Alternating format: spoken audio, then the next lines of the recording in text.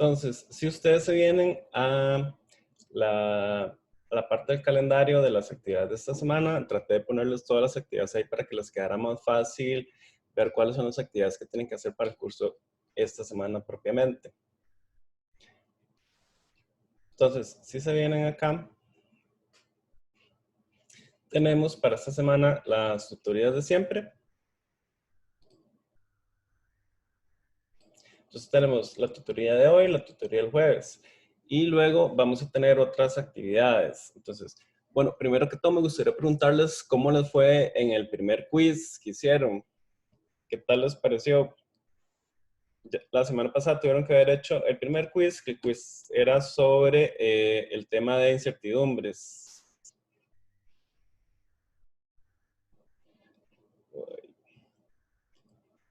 Ay, participantes.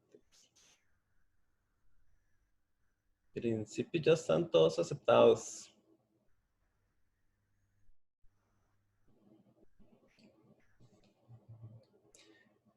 No sé cómo les fue en el quiz, no sé si tienen comentarios al respecto, si sienten que la materia que se les había dado les escribió bien.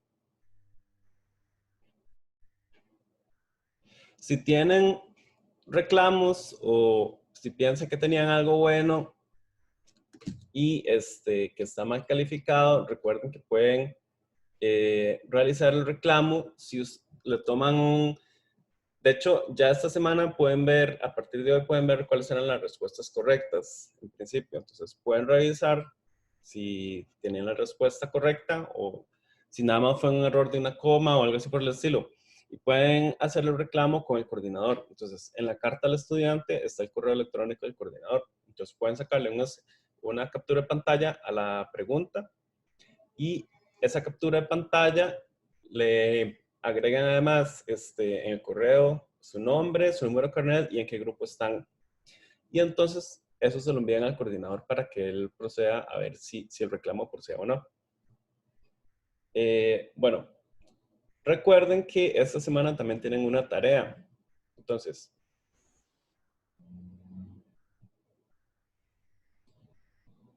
esta semana también tengo una tarea pendiente. Entonces, la tarea se los puse acá. Entonces, pueden nada más darle clic.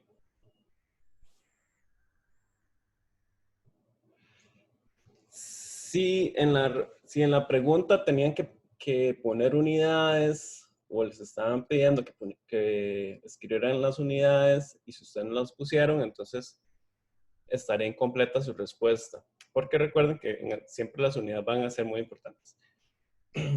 Entonces, si fue eso que no pusieron unidades, entonces obviamente no va a estar correcta la respuesta, porque podría ser entonces una magnitud de cualquier tipo. Ok, entonces si vienen a la parte de tareas por realizar, acá está el link directo a el ambiente de tareas. Entonces acá les debería salir ya la tarea número 2. Entonces nada más vienen acá y la realizan. En esta tarea en particular, algunas preguntas, eso es muy importante. Tienen que indicar las unidades SI de la cantidad cuando sea necesario o se solicite. Eso es importante, ¿por qué? Porque en algunas preguntas que planteamos para evitar este problema con cómo se escriben las unidades, lo que hicimos fue que le dijimos en tales unidades y ustedes nada más tienen que escribir cuál es el número. Entonces, para evitar este problema de cómo se escriben las unidades y demás, en muchas de esas preguntas no tienen que ponerlo. Entonces, tienen que leer bien en cuáles sí y en cuáles no tienen que poner las unidades. Ok, eso sería con respecto a la tarea. Ahora, con respecto al examen, eso es muy importante. Con respecto al examen, recuerden que la otra semana ya van a tener el examen disponible para que lo realicen. Tienen toda la próxima semana para hacerlo. El examen va a constar, en serio, yo ya les di a admitir todos, no sé por qué será que no les está ingresando. Vamos a ver. En principio ya todos están admitidos.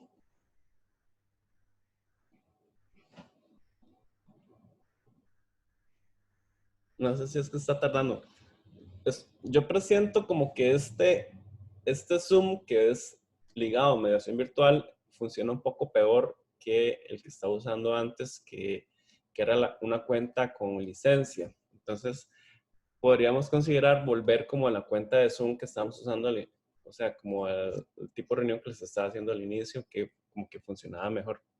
Como que esta cuenta de Zoom tiene menos derechos en cierto modo, y entonces puede ser por eso que nos está dando un poco más de problemas. La tarea de esta semana, sí, la tarea de esta semana contempla el tema de preparación de disoluciones, básicamente.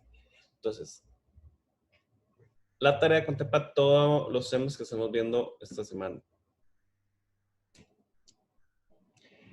Entonces, quiero hablarles un poco del examen que tienen que realizar la próxima semana y luego venimos a las cosas que son de esta semana. El examen, ustedes pueden encontrar los lineamientos, una idea de los lineamientos que va a tener el examen en este link que aparece acá.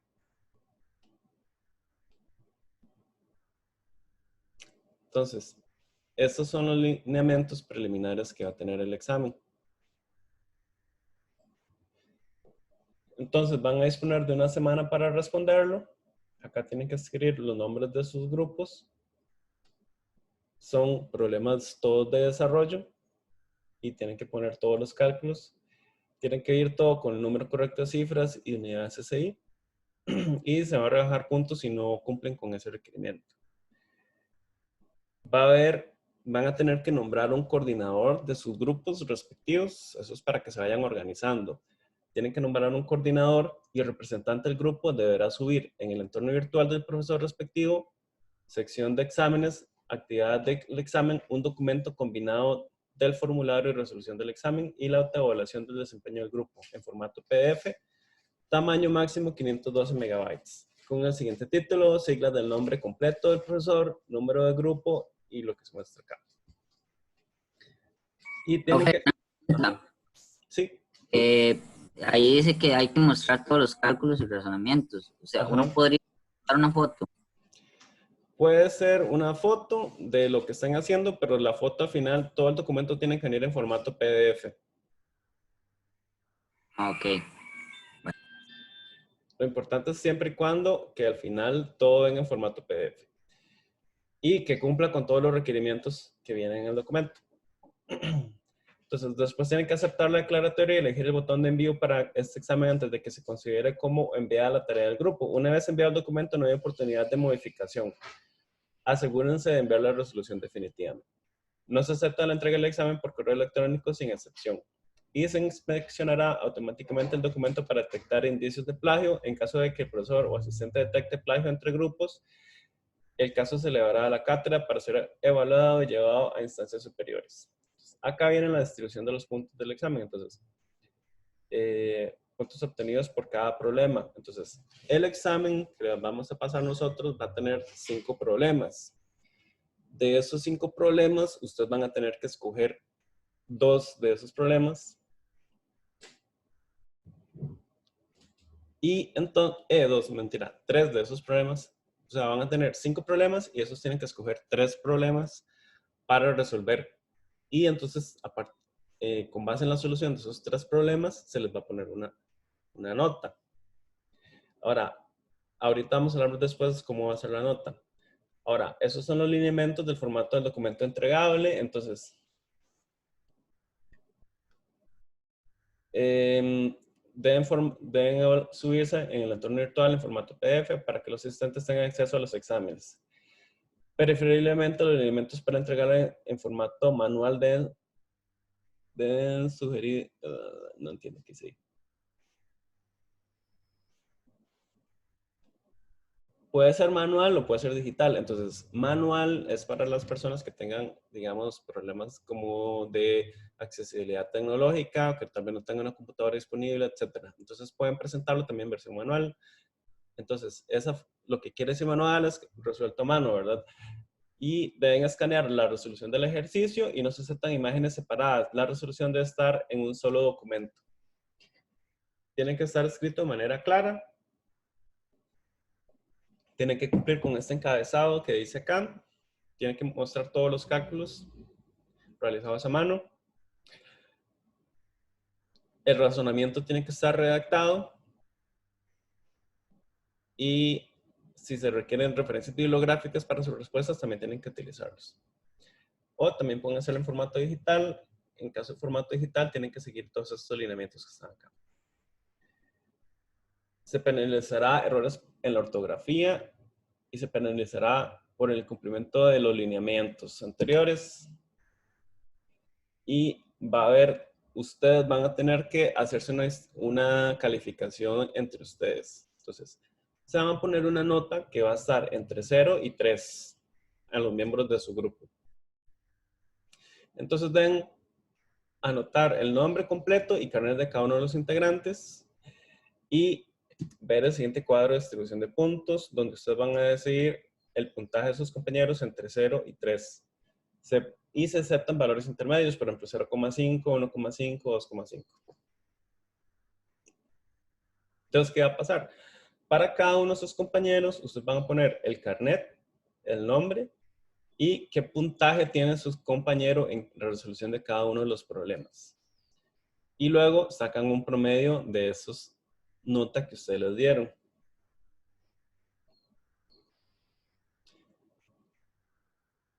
Entonces, adjuntar cualquier evidencia que considere oportuna para respaldar el valor de desempeño en el espacio de observaciones. Entonces, mi consejo en esto es para la asignación de las notas de sus compañeros es que traten de mantener una bitácora de las actividades que hacen para la resolución de los ejercicios. ¿A qué me refiero con una bitácora? Mantener como se hacía, como se hace un libro de actas, por ejemplo, decir, bueno, nos reunimos tal día, tal fecha, se hizo tal reunión por Zoom, tal persona no vino o tal persona vino, tal persona dijo, entonces si mantienen como ese tipo de bitácora, eso les va a ayudar a respaldar la nota que ustedes pusieron a sus compañeros. Ok, ¿qué más? Tienen que enviar la matriz de distribución del esfuerzo y observaciones junto con la resolución del examen del grupo. La nota individual se obtiene al multiplicar el valor de desempeño promedio de cada estudiante por la nota global del examen de la siguiente manera. Entonces, por ejemplo, si ustedes, por ejemplo, acá dice la nota de Adrián fue un 86. O sea, la nota de todo el grupo en la resolución de los problemas fue un 86. Pero sus compañeros en promedio le pusieron una nota de 2.5 o de 3. Entonces, 86 se multiplica por 2,5 entre 3 y la nota le da 72. Así es como se va a calcular la nota en este caso. Si sus compañeros le pusieron 3 de 3, entonces la nota le va a dar 86 también. Entonces, la nota va a ser dependiente no solo de lo que ustedes, cómo resuelvan los problemas, sino cómo entre ustedes se distribuyan o sea en la nota de distribución de esfuerzo. ¿Alguna duda? ¿Preguntas al respecto? Entonces, vean que va a ser muy importante. Mi consejo también es que, que si ustedes vienen a las clases que yo les subí acá,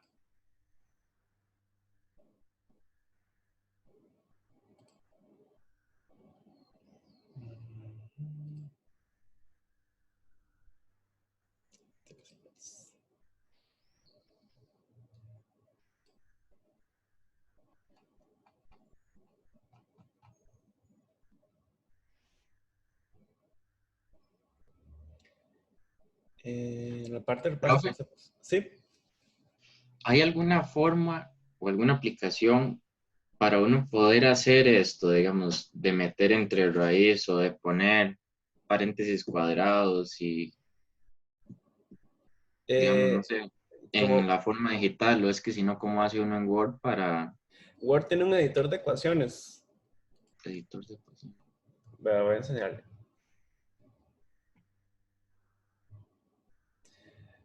Ahorita les enseño lo de Word. Nada más quería mencionarles. Mi consejo, si tienen chance, yo les subí acá esta información sobre trabajo en equipo. Entonces, Si ustedes tuvieran chance de venir, eso es de hecho un curso muy corto que está disponible de forma gratuita sobre trabajo en equipo. Es de una página que se llama Capacítate para el Empleo y acá vienen algunos tips para llevar a cabo trabajo en equipo. Siempre es muy importante cuando trabajan en equipo, tienen que siempre nombrar un coordinador de ese equipo, que es el que se va a encargar de coordinar las labores que ustedes van a estar realizando. Entonces, mi consejo es que vayan pensando desde ahora para que la otra semana ya tengan listo eso, de quién va a ser el coordinador de sus equipos respectivos. Entonces, si vienen a esta página acá, ustedes pueden ver algunos tips sobre cómo llevar a cabo el trabajo en equipo y cómo manejar el tema de comunicación y organización de las actividades. Si tienen chance, les aconsejo que traten de revisar un poco esto. En cuanto a lo de editar ecuaciones en Word, ya les comparto.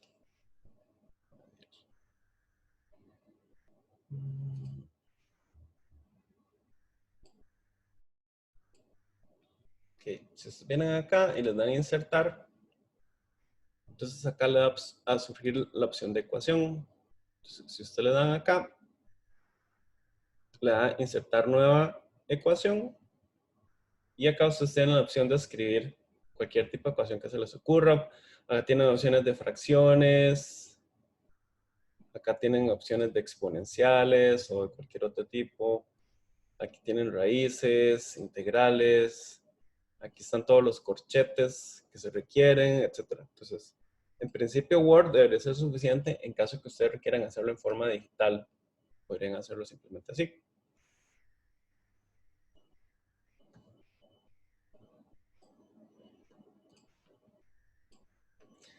Ok, volviendo otra vez a los temas que tienen que ver esta semana.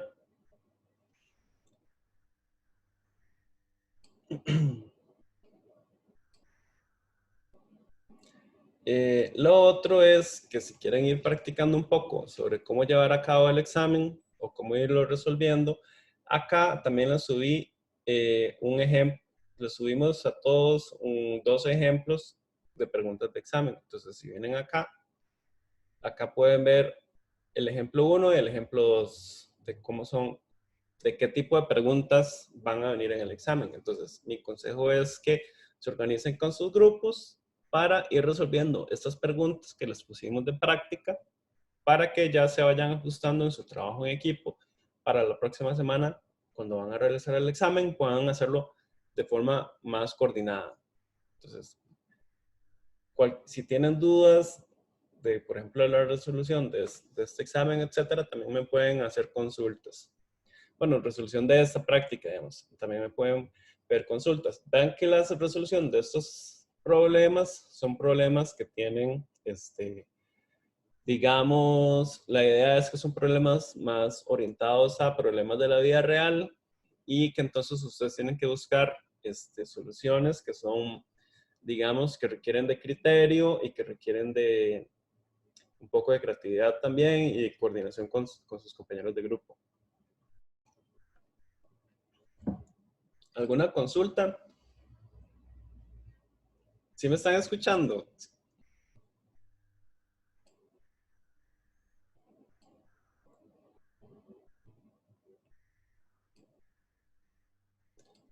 Es que como están tan callados, yo no sé ni siquiera si me están poniendo atención. ¿Qué les parece lo del examen y todo? Ahora, recuerden que esta semana tienen el quiz y el quiz va a ser sobre formas de expresar la concentración de disoluciones. Entonces, si quieren, eso sí, me gustaría un poco, antes de comenzar con los temas de esta semana, ver un poco si ya podemos cerrar como con el capítulo de incertidumbres y cerrar un poco con el tema de prueba Q y prueba Z. Entonces, no sé si tienen todavía dudas, algunas dudas que tengan sobre esos 2 temas.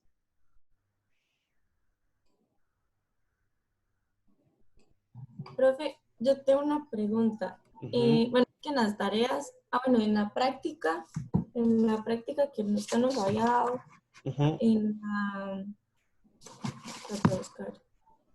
en el primer ejercicio, la A, digamos, no entiendo cuando viene ese paréntesis, dentro de ese paréntesis, no, o sea, no entiendo, no sé cómo hacerlo. Voy a ver, estadística.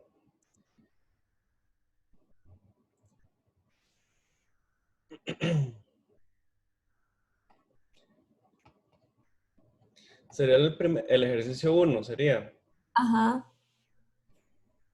Entonces, Es que me salió también las tareas y no supe hacerlo, la verdad. ok. Este ejercicio, de hecho, creo que nosotros lo resolvimos en una tutoría. Entonces, si puedes revisar el video de la tutoría, creo que fue, espérate para ver cuál tutoría fue. Me parece que fue...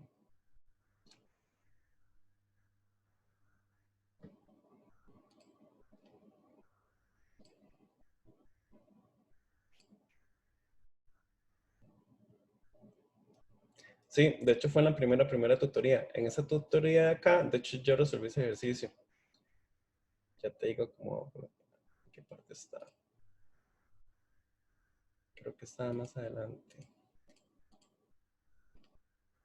Ah, no, pero yo creo que no lo grabé. Ese día no lo grabé, de hecho.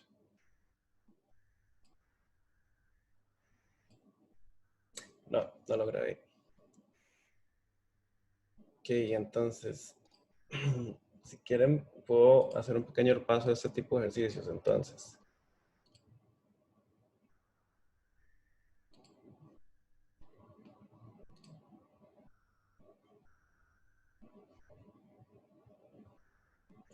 Práctica sobre el tema de estadística.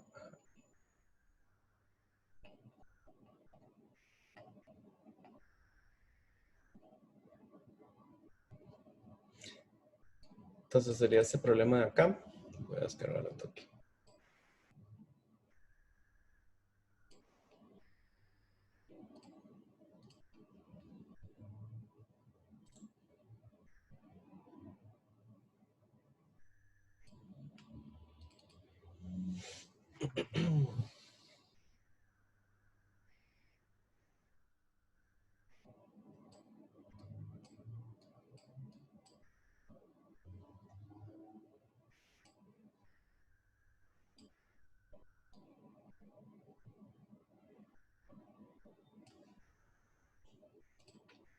Un segundito.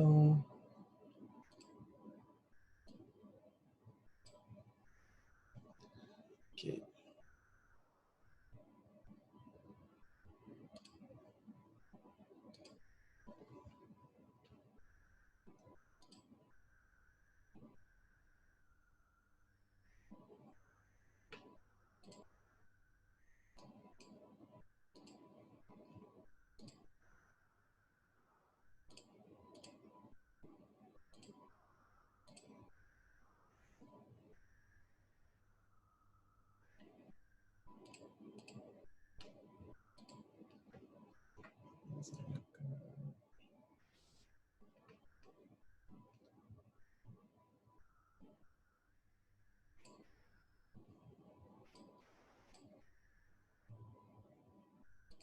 Un segundito que estoy abriendo la pizarra.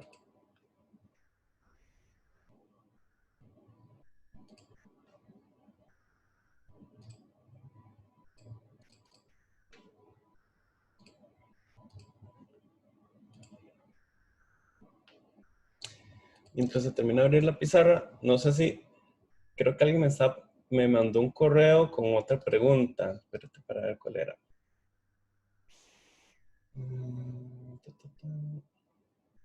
Consultas.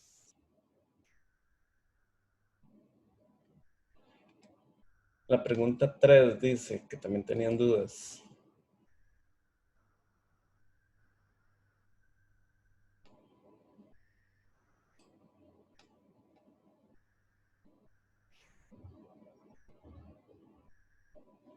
Creo que fue Ariel el que me escribió. No sé si Ariel está por ahí. Ah, sí, profe, pero era del quiz. Ah, del quiz es... Sí. A ver. Dice, redondea el siguiente número de acuerdo a la incertidumbre estándar presentada en el paréntesis.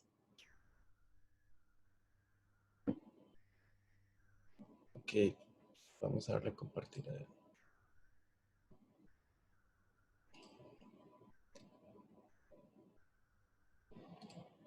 Compartir. Entonces, la pregunta que me están haciendo es de esta, que dice, redondea el siguiente número de acuerdo con la incertidumbre estándar presentada en el paréntesis. Entonces,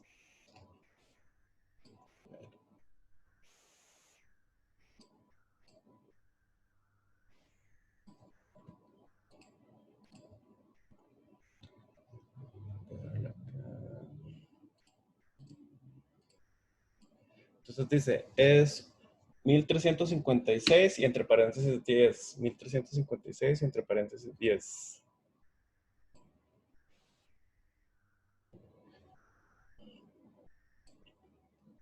Entonces, acá pueden ver la pizarra. ¿Sí pueden ver esta pizarra? Ok, entonces, Sí, sí. la pregunta decía 1356. Y entre paréntesis me ponen 10. Es la incertidumbre. Entonces me preguntan que redondee este número al número correcto de cifras según lo que me dice la incertidumbre. Entonces vean que cuando yo tengo un número como este, quiere decir que el primer dígito incierto va a ser entonces este 1. Entonces quiere decir que está unidades y decenas. O sea que el primer dígito incierto ya está en las decenas. Entonces yo en principio no debería usar el número de las unidades porque ya es demasiado incierto. Yo no sé si este valor de verdad es 0. Porque para empezar ya ni siquiera sé si este valor de verdad es 1. Entonces lo ideal es presentarlo entonces nada más con el dígito de las decenas. Entonces quiere decir que el número que yo estoy reportando, este sería unidades y este sería decenas. Entonces quiere decir que yo el número este lo debería reportar hasta las decenas también. Entonces, ¿qué hago? Tengo que redondearlo de manera tal que solo me llegue hasta este dígito, el 5, que es el primer dígito incierto. Entonces, ¿cómo hago yo? Tengo que presentarlo entonces en notación exponencial. Entonces, ¿cómo hago? 1,35. Y entonces acá, como este era un 1, lo pongo acá entre paréntesis. O sea, que quiere decir que este último 5, la incertidumbre es 1. Y eso entonces sería por 10 a la 1, 2, 3. Entonces por 10 a la 3. Ah, bueno, como este es un 5 y el siguiente es un 6, entonces en realidad tengo que redondearlo. Ya no sería un 5, sino que pasaría a ser un 6. Entonces, ¿cómo quedaría en realidad el dato reportado al final? 1,36, ¿verdad? Con una incertidumbre de 1, con una desviación estándar en este caso, por 10 a la 3. Esa sería la forma correcta entonces en ese caso de representarlo. Entonces, no es correcto utilizar este 6 porque ya es demasiado incierto, al igual que este 0 que está acá, que también ya está demasiado incierto. Entonces, por eso yo reporto los datos hasta las decenas, tanto en incertidumbre como en el número en sí. Lo mismo aplica para el otro ejercicio que me estaban preguntando.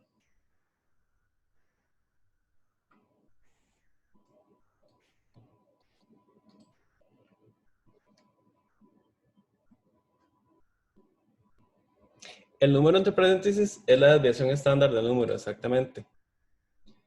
Entonces, por ejemplo, este que me están escribiendo en el chat, entonces me están preguntando. Esta pizarra es la mejor pizarra que existe, así de verdad. De verdad, yo no sé cómo hace la gente que utiliza Mac. Todo lo que es Mac es tan difícil de usar y Windows es como tan fácil. Okay, entonces me están preguntando por este número 140.569. 140.569. Y dice que tiene una desviación estándar. Lo que está entre paréntesis es la desviación estándar de 100. Entonces, ¿qué quiere decir esto? Entonces tengo unidades, decenas, centenas. Aquí tengo unidades. Uy.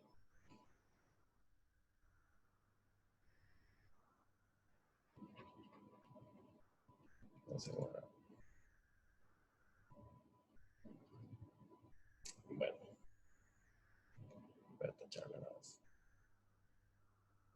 Aquí tengo unidades, decenas y centenas. Entonces quiere decir que este es mi primer dígito incierto, este es mi primer dígito incierto. Entonces quiere decir que yo debería en realidad reportar el número hasta las centenas en ambos casos. Entonces, ¿cómo hago? Entonces tengo que utilizar en este caso otra notación exponencial, o sea, notación científica. Entonces, 1, 2, 3, 4, 5. Entonces va a ser por 10 a la 5. Entonces, ¿cómo hago? 1.40 y aquí 5, pero lo que sigue es un 6. Entonces este 5 se rendería como 6. Y entonces acá pongo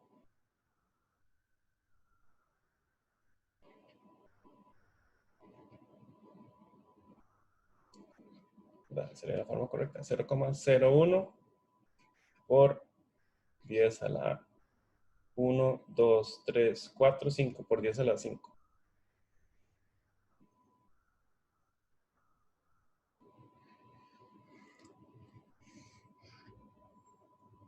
Ah, bueno, acá se los había puesto con otra anotación. Entonces, en esta, en realidad, sería más correcto escribirlo como 1,36 más o menos 0.01 por 10 a la 3. Entonces, esa es como la otra forma de escribirlo.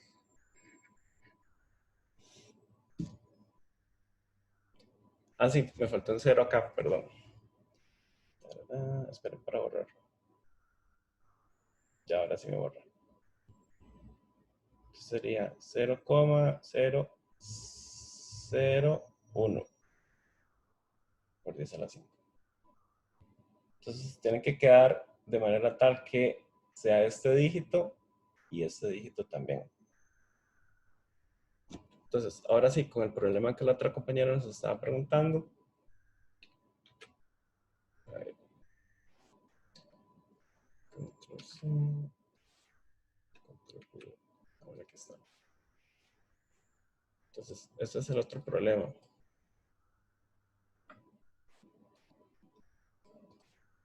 ¿Qué es el que me están preguntando?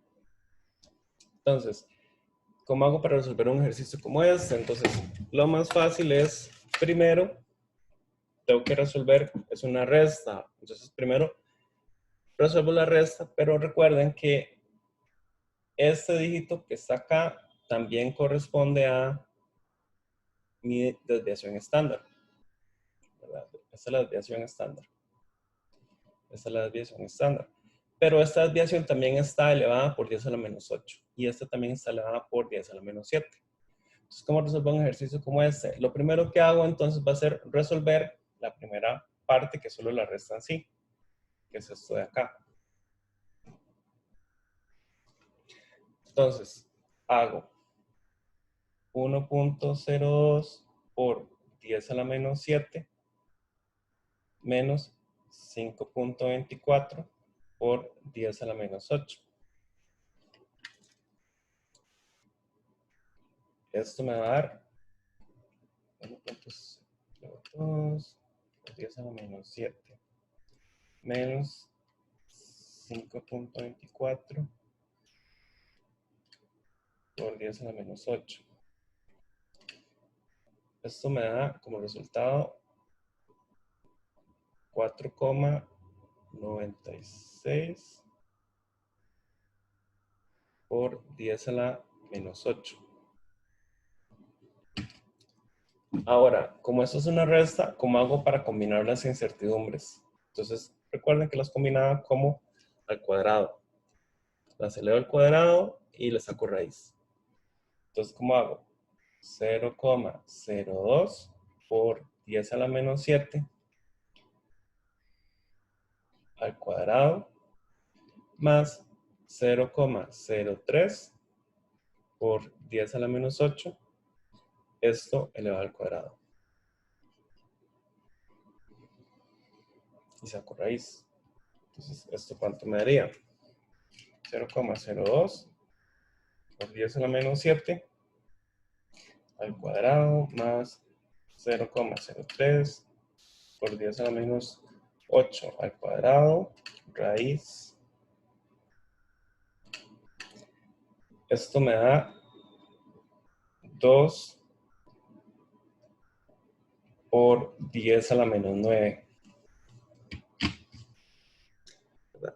Entonces, 2 por 10 a la menos 9, pero mi resultado está en 10 a la menos 8. Entonces yo tengo que cambiar este exponencial de manera tal que me coincida con el de mi resultado.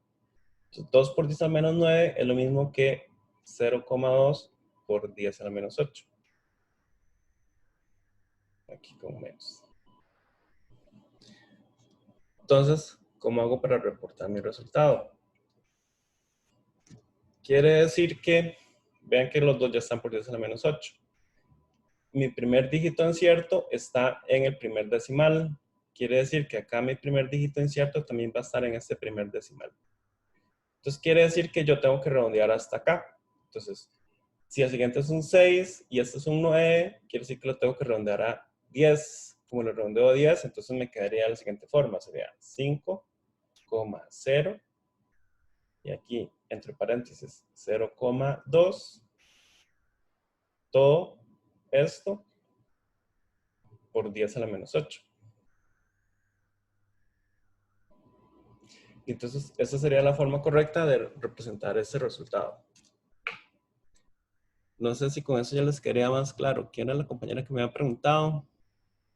¿Eran Sí, era Angeli? yo. Sí, ahora sí. Sí, profe, digamos, en la tarea me salió uno que era así, digamos, solo que era como un logaritmo. Ajá, Y entonces, digamos, después de que yo hago eso, simplemente pongo eso dentro del logaritmo y ajá. a fórmula del logaritmo y ya normal. Sí, pero recuerden que con los logaritmos hay una regla. Entonces, recuerden que yo les subí un video, de hecho, pero ¿dónde está? A ver.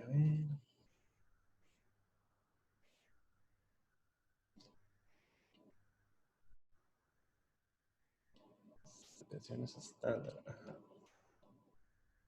Voy a compartirles acá esto.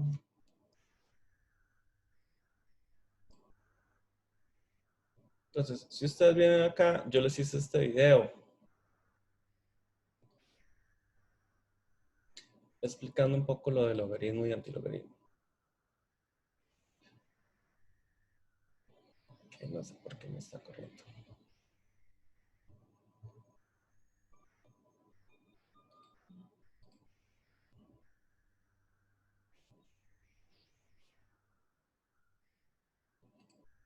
Voy a pausarlo como por acá. Vamos para recordarles. Entonces, en este video básicamente tenemos estas dos operaciones.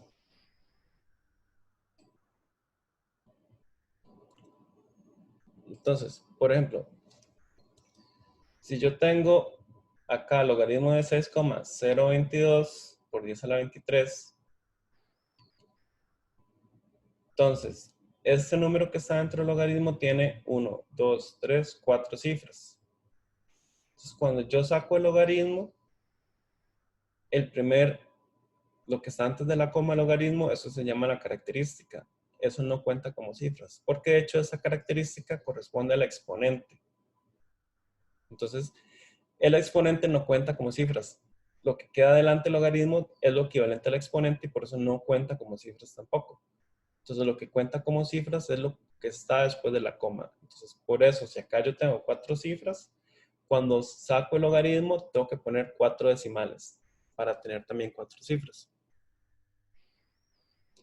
Y cuando hago el antilogaritmo es básicamente al revés, ¿no? Entonces yo saco el antilogaritmo de un número, entonces este número lo que va a contar como si tengo 2 decimales, ¿verdad? Eso es lo único que sí cuenta como cifras significativas. Entonces quiere decir que el resultado mediante logaritmo tiene que tener también dos cifras, como se ve acá. Entonces 3,4 por 10 a la menos 4.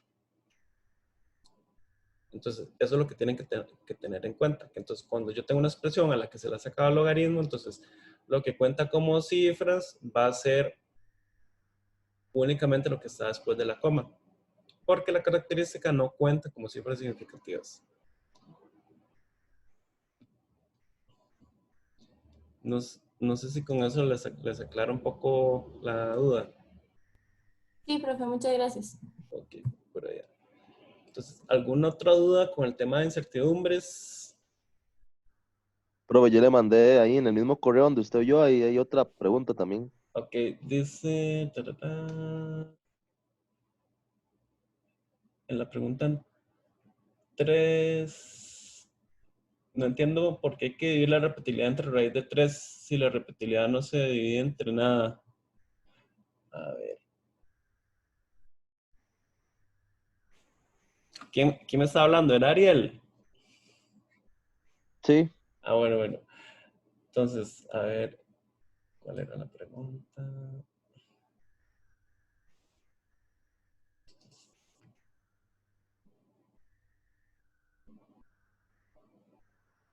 Esa es la que ya hicimos. Y entonces sería la otra.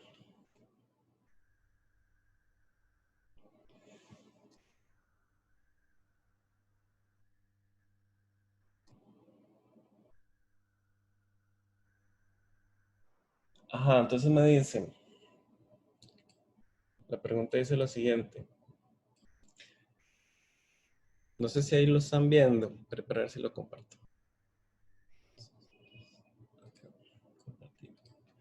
Bueno, está un poco pequeño, pero dice, le da el siguiente enunciado con respecto a la componente de una incertidumbre. La repetibilidad de una balanza analítica es 0,07 miligramos. Se asume que sigue una distribución rectangular. Para estandarizar este componente se debe dividir entre 0,07 entre 1,96. Se multiplica 0,07 por un factor de k igual 2. Dividir 0,07 entre raíz de 3.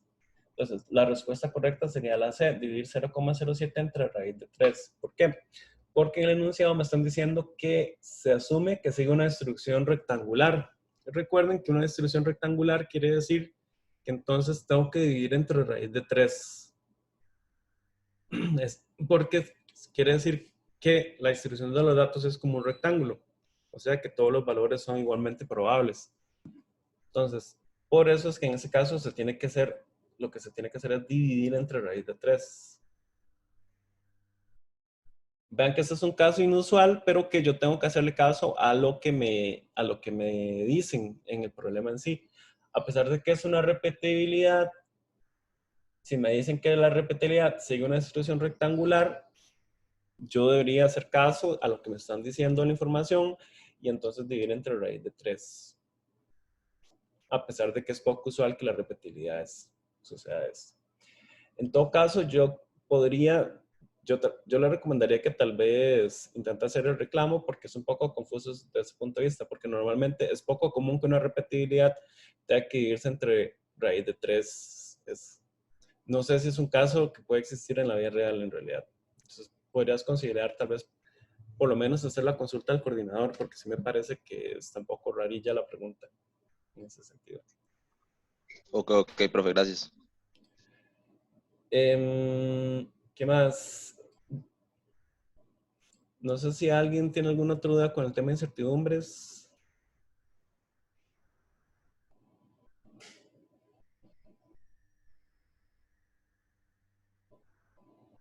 Recuerden que la repetibilidad normalmente la expresamos como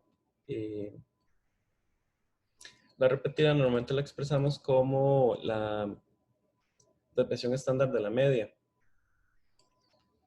Entonces, usualmente no se debe reducir, ¿verdad? Recuerden que ese proceso se llama reducir. Entonces, normalmente la repetibilidad, lo que hacemos es, si yo hago mediciones en el laboratorio, entonces lo que hago es la desviación estándar de la media, que sería S entre raíz de n, donde n va a ser el número de mediciones. Entonces, eso es lo que usualmente se hace con la repetibilidad.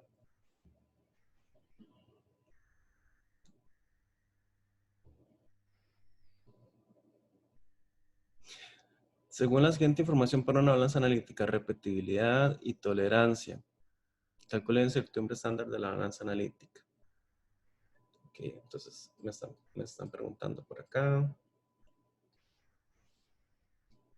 Entonces me dicen que tengo una balanza analítica. Entonces, que la repetibilidad es 0,0002. Y, y que tiene una tolerancia de 0,0001 con K igual 2. Entonces, esta es la repetibilidad, entonces no hay que hacerle nada. Y luego tenemos que combinarla con la tolerancia. La tolerancia me dice que es una incertidumbre expandida con una K igual 2. Entonces tengo 0,0001, pero me están diciendo que la tolerancia tiene K igual 2. Entonces, en ese caso, ¿qué hago? Entonces, para tener la estándar, lo que hago es dividirlo entre 2. Y entonces lo elevo al cuadrado. Y saco raíz de todo esto. Entonces, para obtener... Ahora, calcula la incertidumbre estándar de la balanza analítica. Estoy asumiendo que no se midió por diferencia, porque no me están diciendo que se haya medido por diferencia. Entonces, vamos a hacerlo así. 0,0002 al cuadrado más 0,1231 dividido entre 2 al cuadrado. Raíz. Y esto me da, básicamente me da 2 por 10 a la menos 4. Es lo que daría.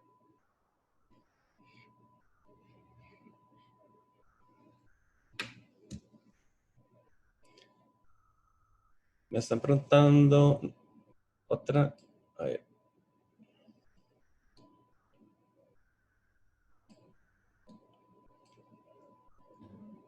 Profe, entonces cuando a la par de tolerancia venga que K es igual a 2, siempre se va a ir entre 2. Sí, porque es como una incertidumbre expandida. Entonces, si está multiplicada por K igual 2, quiere decir que entonces para tenerla estándar tengo que dividirla entre 2. Y si, digamos, si me ponen la temperatura y me ponen K igual 2, también la También, temperatura. exactamente. Lo que le pongan K igual 2, entonces lo divido entre 2. Ah, ok, gracias. A ver, me está mandando una foto de algo. Escritorio. Guardar.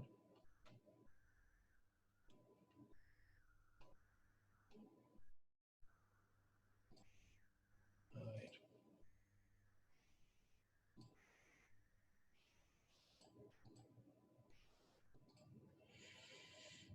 ¿Dónde está la foto? Ahí se me desapareció. Aquí está.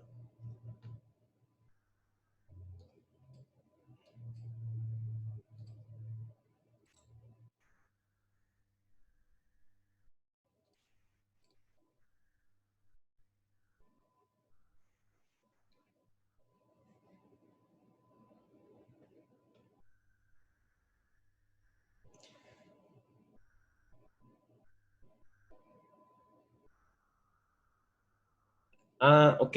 Ya vi que les puso mal a la respuesta cuando pusieron 2 por 10 a la menos 4, pero es que el problema ahí es que lo pusieron con punto y tiene que ser con coma porque el separador. Pero es que hubo un problema con algunas de estas preguntas, porque algunas de estas preguntas, aunque uno lo pusiera al separador decimal como coma, después lo cambiaba como a punto. Entonces, en esos casos pueden hacer el reclamo. Entonces, si tenían problemas con el separador decimal, se los puso mal o es por el separador decimal. Entonces, en esos casos pueden hacer el reclamo correspondiente.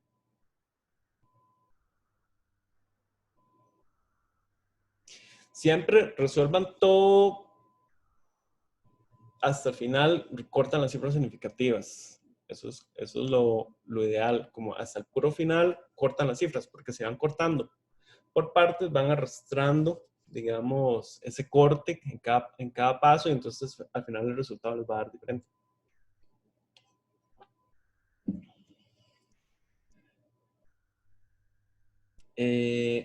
¿Cuál era la otra pregunta que me estaban haciendo? Me acaban de mandar otra, era, pero para ver esto. Escritorio, guardar.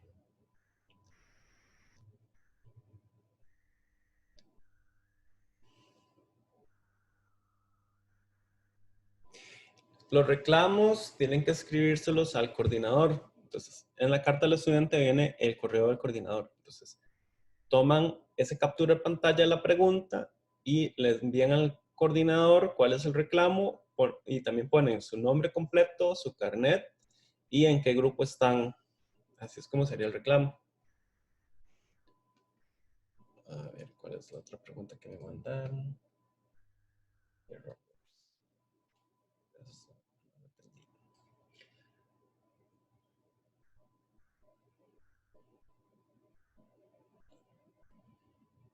Indica el siguiente número redondeado correctamente de acuerdo con la incertidumbre estándar que se muestra entre paréntesis.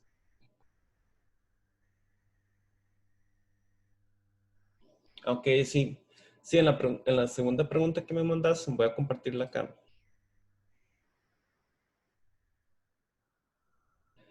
Voy a compartirla para que la vean.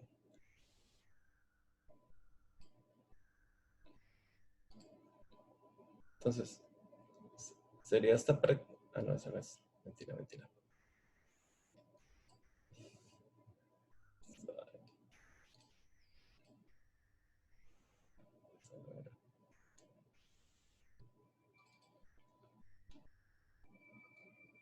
Entonces, para que todos veamos, a ver qué se me hizo. Compartir pantalla. Sería creo que esto. Ajá. Entonces, esta es la pregunta que me pregunta la compañera. Entonces, le dan este número y dicen, indique el siguiente número redondeado correctamente de acuerdo con la incertidumbre estándar que se muestran entre paréntesis. Entonces, está todo este número y la incertidumbre es 0,02, o sea que lo tengo que dejar hasta el segundo decimal. Entonces, tiene que ser 1,57. La compañera le puso la incertidumbre a la par, pero eso en realidad debería estar correcto. No tiene nada malo, nada más que le puse la incertidumbre a la par. Entonces, eso también se puede reclamar. Si alguien más la hizo así, también puede reclamar esa pregunta.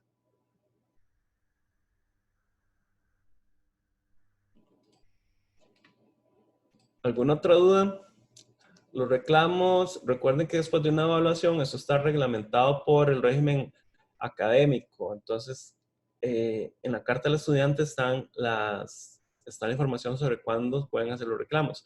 Siempre se me olvida, no sé si son 3 o 5 días hábiles después de la evaluación. Entonces, nada más revisen la carta del estudiante, pero creo que son 3 días, me parece, después de la evaluación. Profe, una pregunta.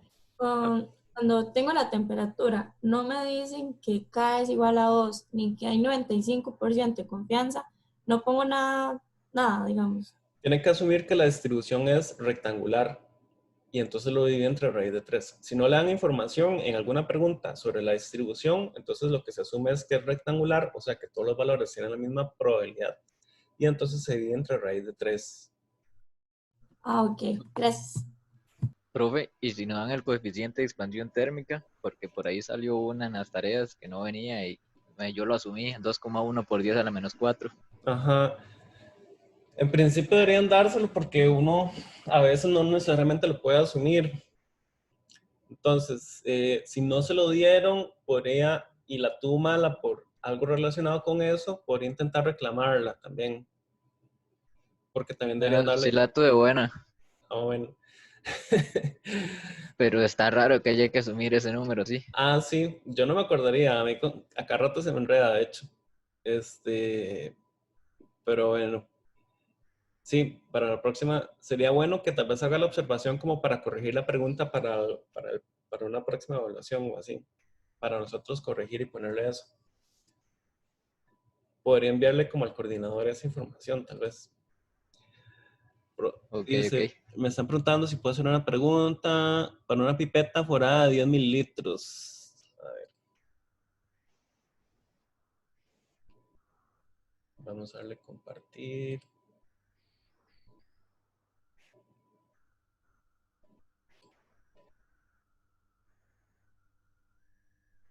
Entonces, a ver, ¿qué se me hizo el chat?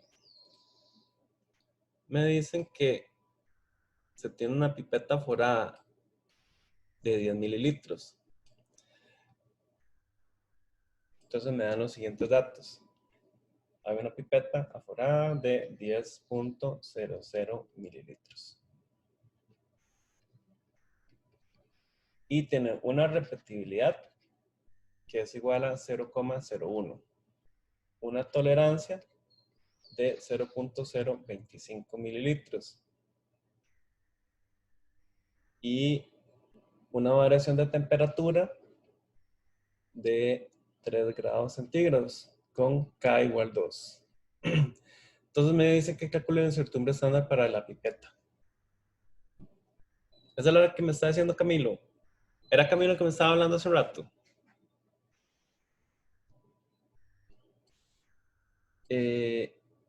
¿La resolvemos siempre? Ok.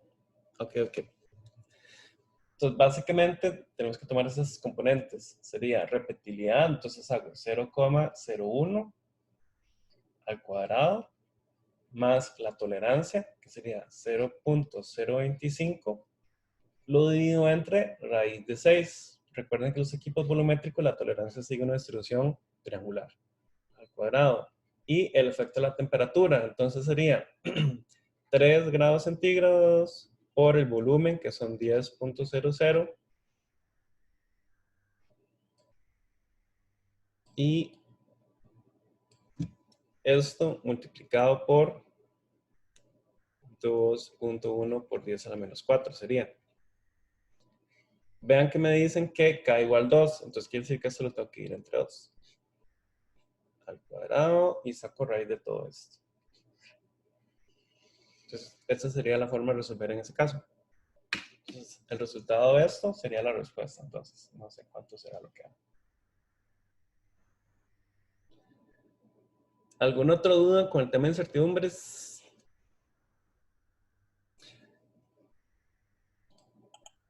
Profe, Ajá. una pregunta.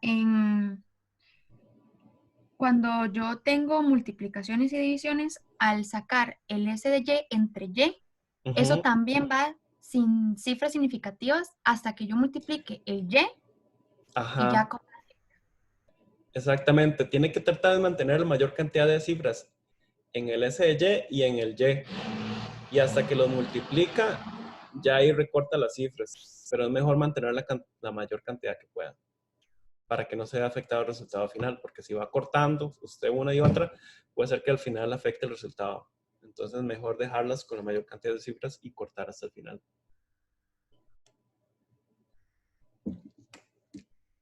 ¿Qué les quería decir? Quería decirles algo que estaba viendo, porque, bueno, no sé si ustedes saben que en YouTube uno puede... Voy a sacar compartir. Uno puede ver qué tantas vistas ha tenido cada video y así por el estilo. Entonces, por ejemplo, si yo voy a este video, entonces yo sé cuántas visitas ha tenido. Aquí hay 18 visitas, pero también puedo ver en las estadísticas. Puedo venir a las estadísticas y ver un montón de información sobre el video. Entonces, por ejemplo, este video, la gente lo ve usualmente hasta el minuto 1:18. El coordinador se llama Adrián González. Entonces, Adrián, el correo del coordinador y la información de él está en la carta al estudiante. Entonces, pueden buscarlo ahí en la carta del estudiante. De hecho, veámoslo acá para que les quede claro de una vez. Entonces, si vienen acá, a ver, vamos a darle compartir. Entonces, acá en la carta del estudiante, viene la información. Entonces, acá dice Adrián González, aquí está el correo y ahí dice coordinador. Entonces simplemente lo escriben a él con los reclamos, ya saben, poniendo la captura de pantalla, tienen que poner cuál es el reclamo, su nombre completo, su carnet y el grupo en el que están. A ver, sí, Kenia dice que tiene una duda. ¿Cuál sería la duda, Kenia? Tengo una duda, es que si tienes que calcular la incertidumbre de una masa y que no te dan el porcentaje de confianza de la tolerancia, entonces, ¿con qué se debe dividir? Ajá, si es una masa y me dan una tolerancia y no me dicen ninguna información, entonces la tolerancia de la masa tiene que irse entre raíz de 3 en ese caso. Asumo que es una distribución rectangular de los datos y lo divido entre raíz de 3. Aunque entonces nunca se divide por raíz de 6, ¿verdad? La masa no se divide entre raíz de 6. Solo la tolerancia y los volúmenes. Los volúmenes sí presentan una distribución triangular, o sea, de esta forma. Las masas va a depender de la información que me dé, pero si no me da información, asumo que es rectangular. En ese caso. O sea, se divide entre raíz de 3. Ok. ¿Alguna otra duda de incertidumbres?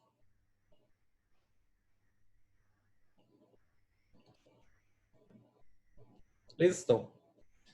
Bueno, entonces, en la segunda tarea solo entra cálculos de concentraciones únicamente.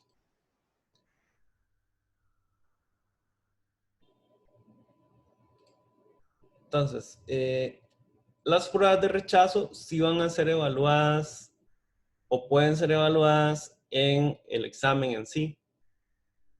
Entonces, si ustedes van a hacer el examen y les dan una serie de datos y ustedes ven que alguno de sus datos está desviado y dicen, este dato no me calza con todos los demás, ustedes pueden ahí aplicar las pruebas de rechazo para eliminar algún dato que tengan en el examen y que no calce bien con los demás. Pueden utilizar ese criterio estadístico para tratar de eliminar algunos de los datos. La temperatura, la distribución depende. Si no me dan información para la variación de temperatura en un instrumento volumétrico, si no me dan información, entre raíz de 3. O si me dan información, depende de la información que me den. Puede que me digan que es triangular, entonces lo digo entre raíz de 6. O que me digan que es una distribución normal a un 95% de confianza, lo divido entre 1,96. O si me dicen que es con K igual 2, entonces más bien lo divido entre 2. Depende de la información que me den. Si no me dan información, siempre en ese caso lo que hago es dividir entre raíz de 3, para el caso de la temperatura.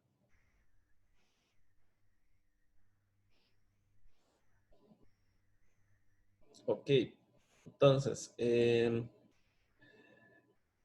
no sé si ocupan repasar algo de la prueba Q o de la prueba Z. ¿Está todo claro con la prueba Q y la prueba Z?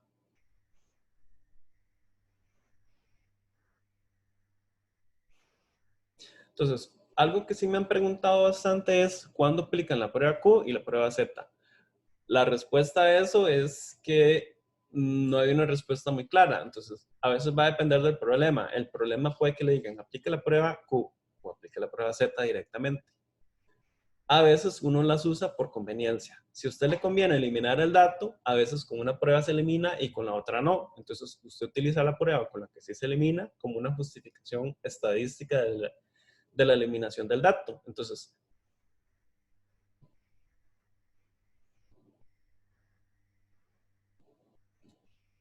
Johnny me está diciendo cuando nos den la tabla. ¿Cuál tabla? No sé, Johnny. ¿En qué caso?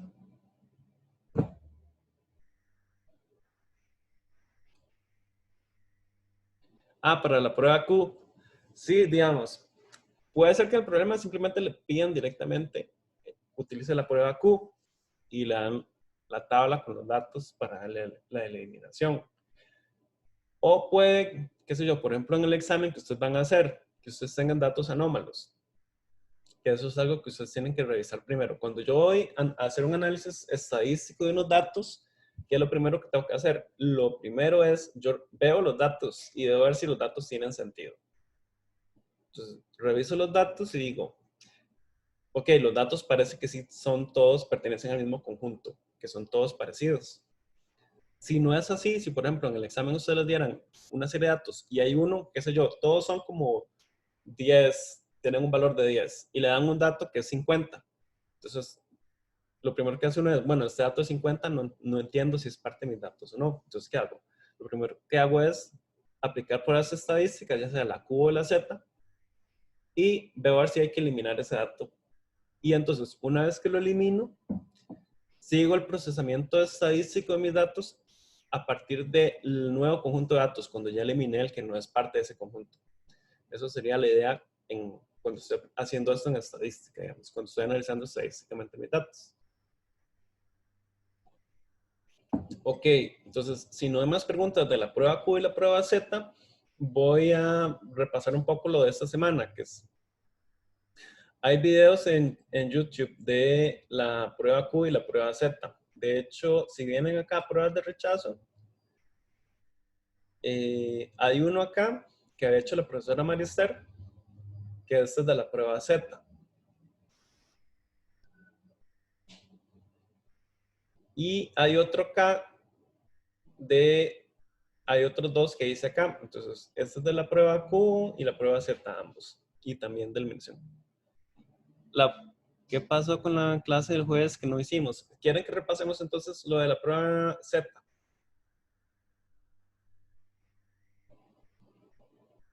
Bueno, hagamos un repaso bastante rápido entonces. Básicamente entonces, ¿qué quiere decir? Yo puedo tener dos tipos de pruebas de rechazo. Entonces, está la prueba Z o la prueba Q. La prueba Z se basa en la S robusta. Entonces,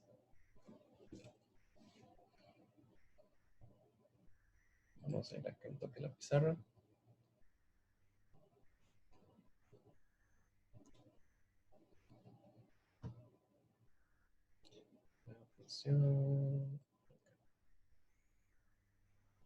Entonces, la prueba Z se va a basar, digamos, en una función que va a ser la función Z. Entonces, Z va a ser igual al dato que sea dudoso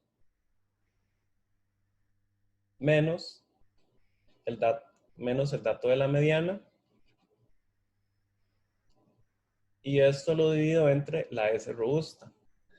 Si recuerdan, la S robusta ya la hemos visto en el capítulo de formas de estimar la precisión. La S robusta era igual a 1,483 por el MAD. Entonces, tienen que recordar que era el MAD. Entonces, ¿cómo calculaba yo el MAD? Entonces, para calcular el MAD, lo que hago es calculo la mediana, o sea, determino la mediana de los datos y luego a cada dato le resto la mediana.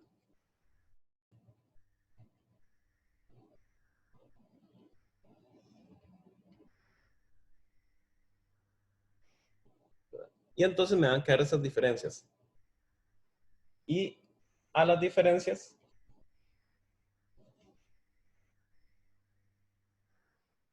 le saco la mediana.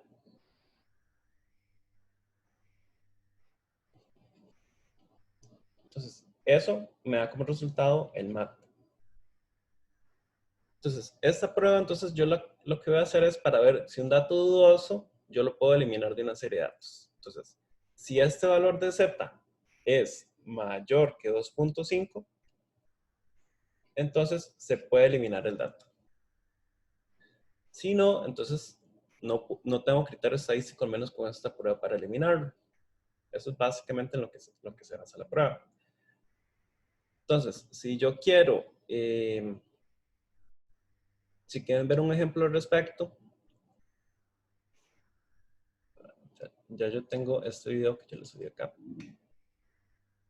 Entonces, En este video que yo les subí de cómo se aplica, sí tienen que tener cuidado porque, ay, creo que ahí están viendo, sí. Entonces, este es el video que yo les subí al respecto. Hay un pequeño error, entonces nada más para que lo tomen en cuenta. Entonces, este es un ejemplo, me dan toda esta serie de datos y me dicen que determine si yo los puedo eliminar. Entonces, ahí lo que hago es aplicar la prueba Z. Entonces, veamos. Entonces, lo que hacemos es ordenar los datos. O sea, un momento. Entonces, me dan toda esa serie de datos, entonces yo los ordeno de menor a mayor.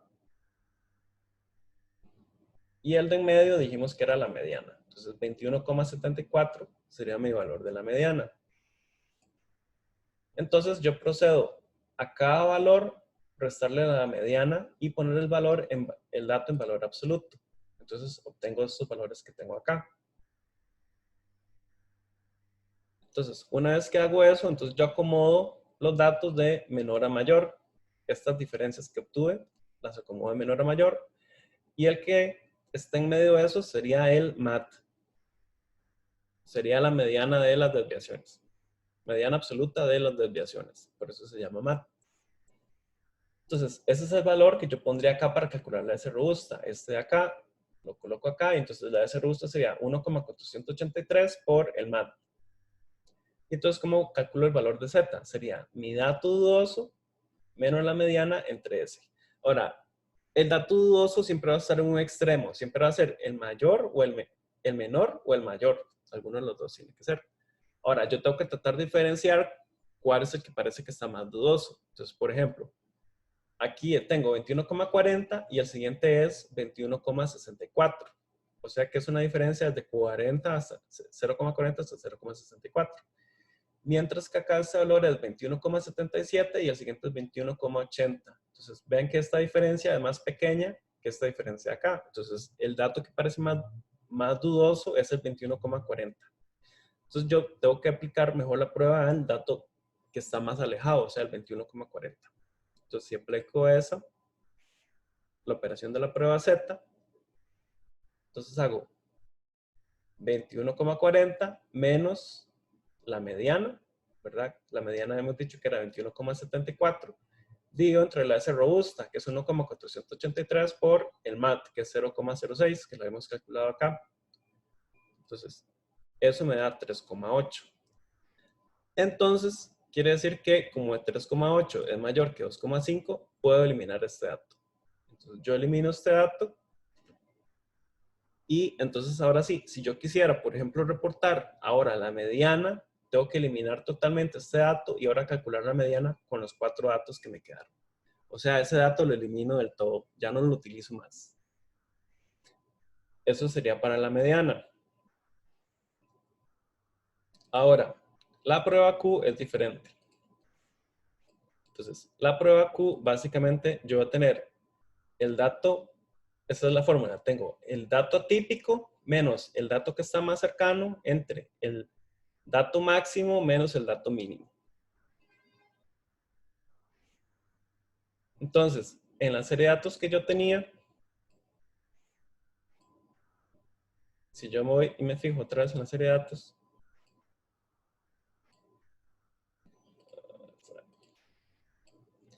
entonces yo los acomodo de menor a mayor. Entonces, tengo que identificar cuál es, obviamente ese sería el dato mínimo y este sería el dato máximo. Entonces, ahora, ¿cuál sería mi dato atípico? Ya dijimos que el que esté más alejado. Entonces, mi dato atípico sería 21,40. ¿Y cuál sería el más cercano? El 21,64. O sea, el que sigue después del más alejado. Entonces, eso sería lo que yo aplico en la fórmula. Ahora, acá es donde está el pequeño error, porque sería 21, el dato atípico, dejemos que es 21,40, menos el cercano, que era 21,64. Entonces, tengan cuidado, porque acá fue como error de mi dislexia, puse 21,60. Entonces, yo les puse que hay este pequeño error acá en el cálculo. Y esto dio entre el máximo menos el mínimo, 21,80 menos 21,40. Eso me da 0,5. Entonces, luego de eso, ustedes tienen que venirse a las tablas de la prueba Q. Entonces, dependiendo del número de observaciones, ustedes van a tener un intervalo de confianza. Entonces, por ejemplo, si son 5 datos, para un 95% de confianza, el valor de corte es 0,710. Entonces, si el valor de Q calculado es mayor que este, se puede eliminar el dato. Si es menor, entonces no se puede eliminar. Entonces, si ustedes ven, nos dio 0,5. 0,5 es menor que el valor de corte, que es 0,710. Entonces, quiere decir que aplicando la prueba Q, no se puede eliminar el dato. Mientras que si aplico la prueba robusta, sí se puede eliminar el dato. Entonces, vean que a veces no necesariamente estas pruebas coinciden. A veces puede ser que con una prueba yo sí puedo eliminar el dato y con la otra no. Y en esos casos va a depender un poco de lo que sea más conveniente para mí. Yo tengo que usar mi criterio para tratar de diferenciar qué me conviene más en ese caso, si eliminar o no el dato. O también qué tiene más sentido. Recuerden que cuando estamos eliminando datos es porque pensamos que estos datos tienen un error bruto. O sea, que algo ocurrió mal durante la realización del experimento que hace que el dato esté muy desviado.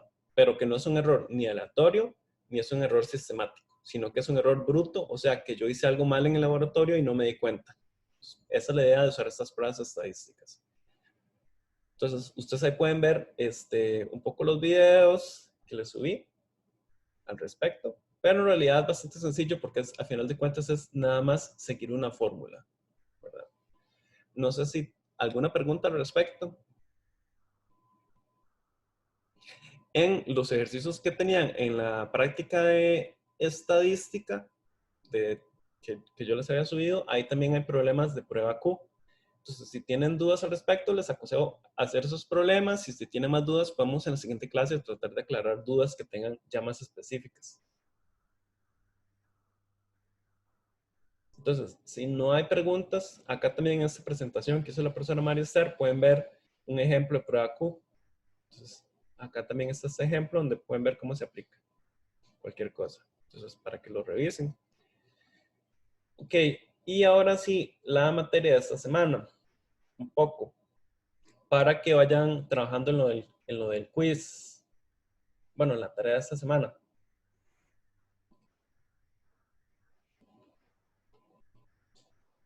Entonces, si vienen acá al calendario, acá pueden ver que esta semana la clase por estudiar es esta clase de formas de expresar la concentración de disoluciones. Entonces, ya acá está disponible la clase para cálculos de concentración de disoluciones. También, si revisan, les subí también de material adicional acá ejemplos de prácticas de preparación de disoluciones. Acá ya tienen esta práctica disponible. Viene con ejercicios resueltos también.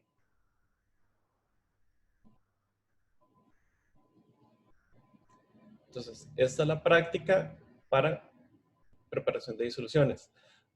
Este semestre, para que lo tomen en cuenta, eliminamos el tema de normalidad.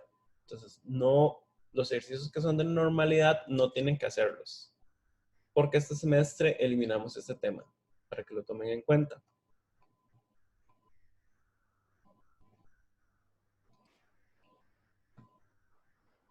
Entonces, en este tema de formas de expresar concentraciones, para empezar con este tema es muy importante que recuerden y revisen y repasen también conceptos de estequiometría. Entonces, les subí este video donde hacen un pequeño resumen de algunos conceptos de estequiometría. Para que lo tomen en cuenta y vean este video.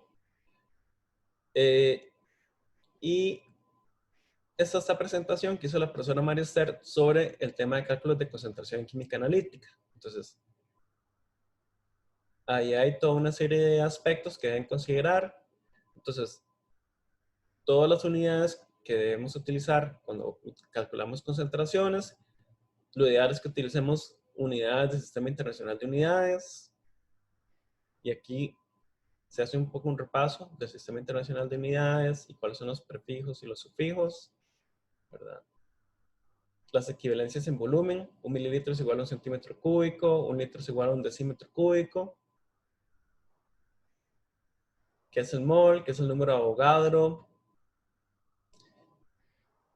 Y entonces, las formas de expresar la concentración que vamos a estudiar en este curso van a ser concentración molar, que va a ser moles de soluto entre volumen de disolución, sería mol por litro.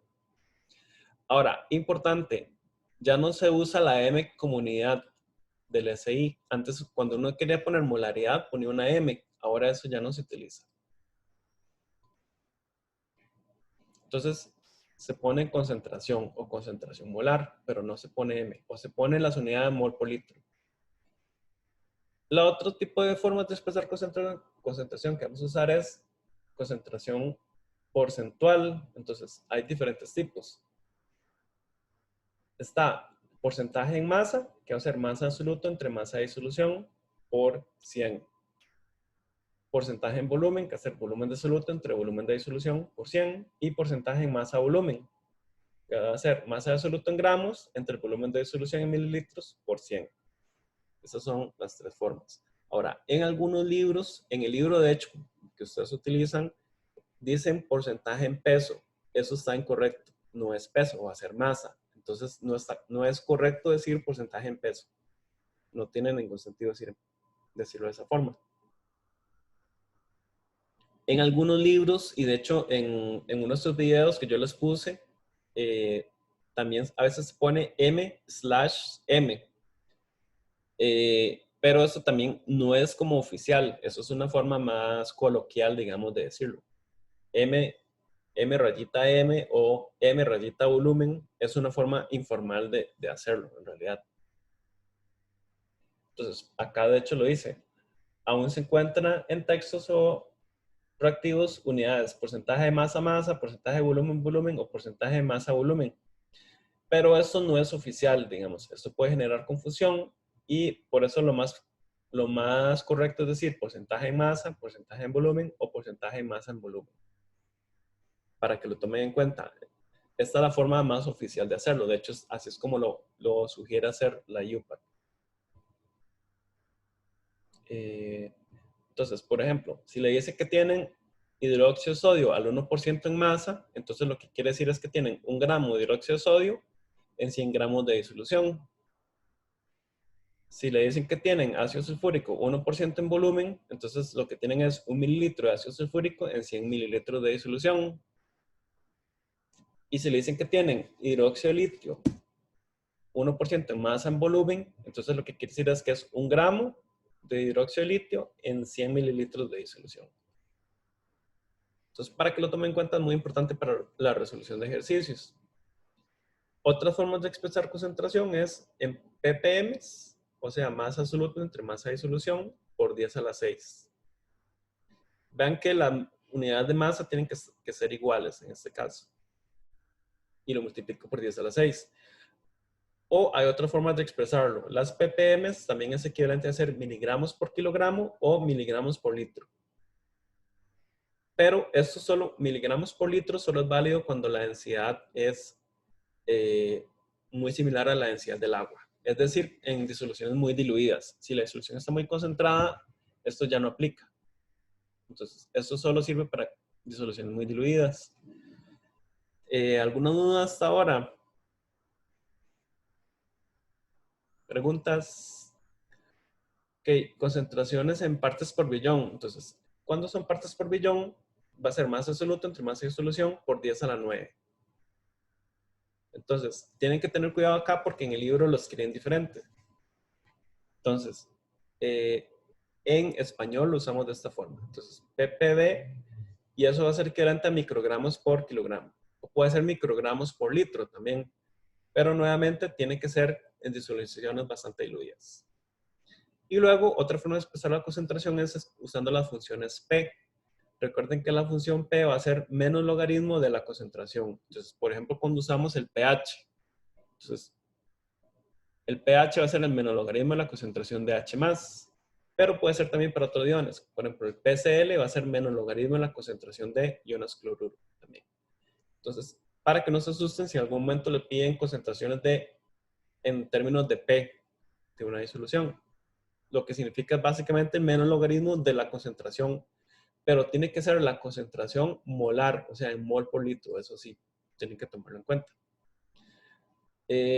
Otra unidad que se usa mucho es densidad, entonces va a ser masa entre volumen, usualmente gramos entre mililitro o kilogramos por litro.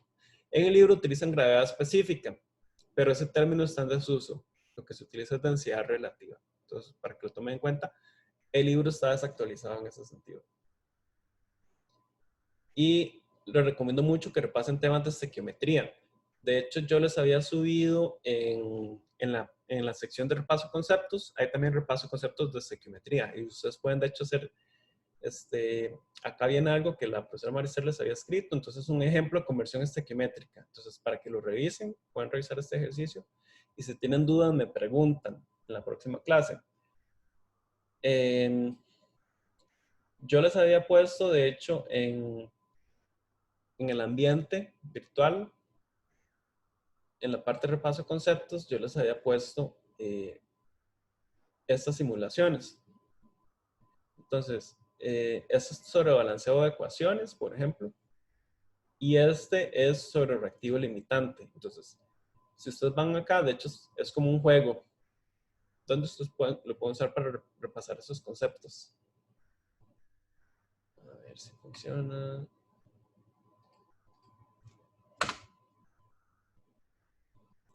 No me está funcionando. Creo que tengo que actualizar el link porque algo pasa con el link. A ver. Bueno, aquí sí, en este sí funciona. Entonces, les recomiendo que repasen es como un juego en realidad, que pueden usar para repasar conceptualmente los términos de reactivo limitante y la parte más de estequiometría. Entonces, viene primero con sándwiches, después con moléculas y después viene un juego. Entonces, en realidad es bastante entretenido y pueden hacerlo y una vez van repasando como cuestiones desde más conceptuales hasta ya más aplicadas, digamos. Entonces, también les recomiendo que hagan estos ejercicios para repasar un poco esos conceptos. ¿Qué más?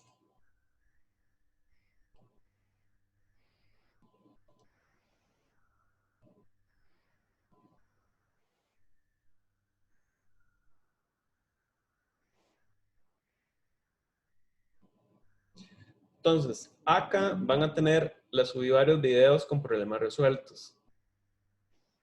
Entonces, este primer ejemplo muestra diferentes formas de expresar concentraciones.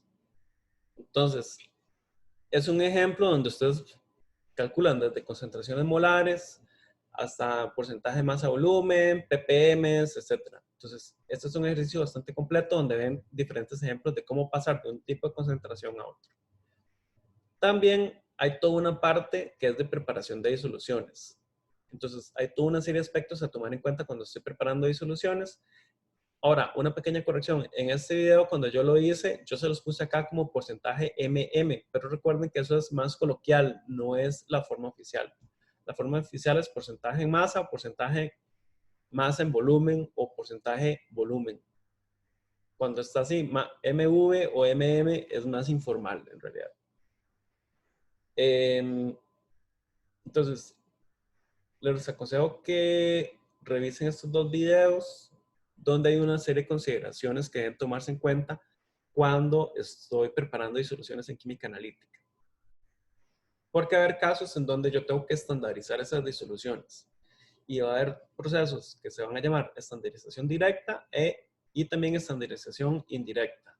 Entonces, eso a veces suele confundirse un poco. Entonces, yo les puse acá un ejemplo de estandarización directa, un ejemplo de estandarización indirecta y un ejemplo de una disolución que no requiere estandarización. Entonces, ahí están como los tres ejemplos más básicos de cómo pueden llevar a cabo esos procesos de estandarización para preparar disoluciones. Y de último, en este link puede ver un ejemplo de cómo se utiliza el cálculo de concentración de disoluciones en nuestra vida cotidiana, que de hecho es un video preparado por la Escuela de Química, donde el profesor Max Chavarría explica cómo preparar disoluciones de cloro para desinfección. Entonces, pueden ver ese video también como un ejemplo. A ver. Bueno, ahí está cargando. Está como un poco lento. Entonces, sí les aconsejo que revisen estos videos y si tienen dudas, que entonces me consulten, ya sea por correo o si no, el próximo jueves vemos las dudas correspondientes a estos videos que les subí y que están ahí disponibles. No sé si tienen alguna otra duda, algo del curso, algo sobre la prueba Q o alguna otra duda que tengan.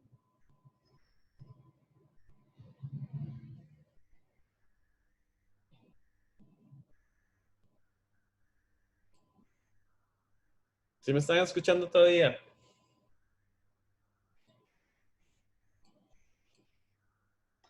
Sí, profe, todo súper bien. La verdad, yo no tengo ninguna duda. ¿No hay Gracias. dudas? Bueno, entonces, si gustan, lo que podemos hacer es dejar la clase hasta acá. Y lo vemos el próximo jueves. Mi consejo sería, no hagan la tarea todavía. Primero estudiense todos los videos que les subí, aclaremos dudas el jueves y ya después del jueves que aclaremos las dudas, ya mejor hagan la tarea. Pero sí, vayan haciendo los ejercicios también que yo les subí. Entonces, acá en la parte de estadística están los ejercicios, que sería práctica, cálculos de preparación de disoluciones. Entonces, revisen esta práctica, hay ejercicios resueltos. Y también están los videos que yo les subí sobre cómo se resuelven esos ejercicios. También está la parte de ejemplos de preguntas de examen. Entonces, recuerden coordinar con sus compañeros de grupo. Espero que ya todos tengan grupo ahora sí, que ya esté todo bien. En principio ya todo tiene que estar acomodado. Todo el mundo en sus grupos. Entonces, contacten a los compañeros de su grupo y comiencen a trabajar la coordinación de sus grupos. Y hagan estos dos ejemplos que les subimos como práctica para cómo coordinarse entre ustedes para llevar a cabo el examen. Entonces, creo que por acá quedaríamos hoy. Entonces, si no hay más dudas o comentarios.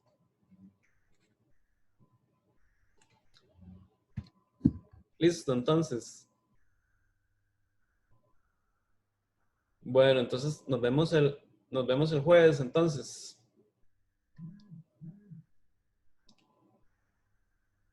Bueno, hasta luego, entonces. Chao. Con gusto. Con gusto.